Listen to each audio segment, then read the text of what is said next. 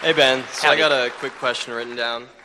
So in the past, you've expressed disapproval at Twitter's decision to ban Milo Yiannopoulos' Yes. account. Keeping this in mind, do you believe that Simon & Schuster made the correct decision in canceling Yiannopoulos' book deal over his most recent scandal?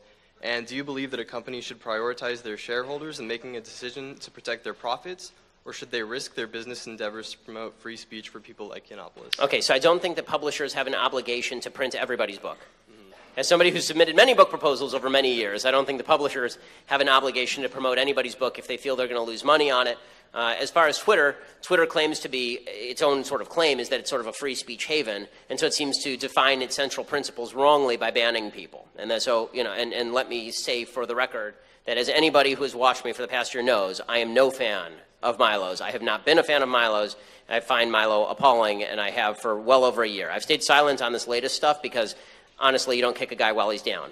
But the fact is that Milo, what's happened with Milo actually says less about Milo than it does about the conservative movement that I find troubling, right?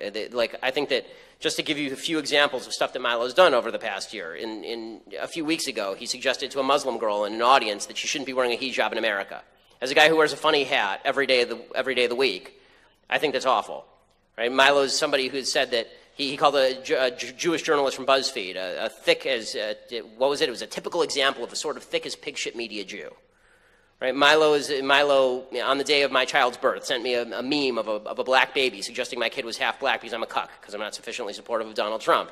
He's talked about how the alt-right is this wondrous milieu of intellectual decency and honesty, full of brilliant people, while openly acknowledging that the alt-right actually says that Western civilization and ethnicity are inherently connected, right? He did all of this before all this stuff came down. So my only disappointment on all of this stuff is that, I think that conservatives should have said this is all bad stuff a long time ago. I don't think that it should have taken tape of Yiannopoulos saying that 30-year-olds having sex with 13-year-olds is great in order for people to say this was not great stuff. So if the only standard on the right is, we'll accept anyone who pisses off the left, our only standard is you can't say that it's good for 30-year-olds to have sex with 13-year-olds, I think we can have a little bit higher standards. Thank you.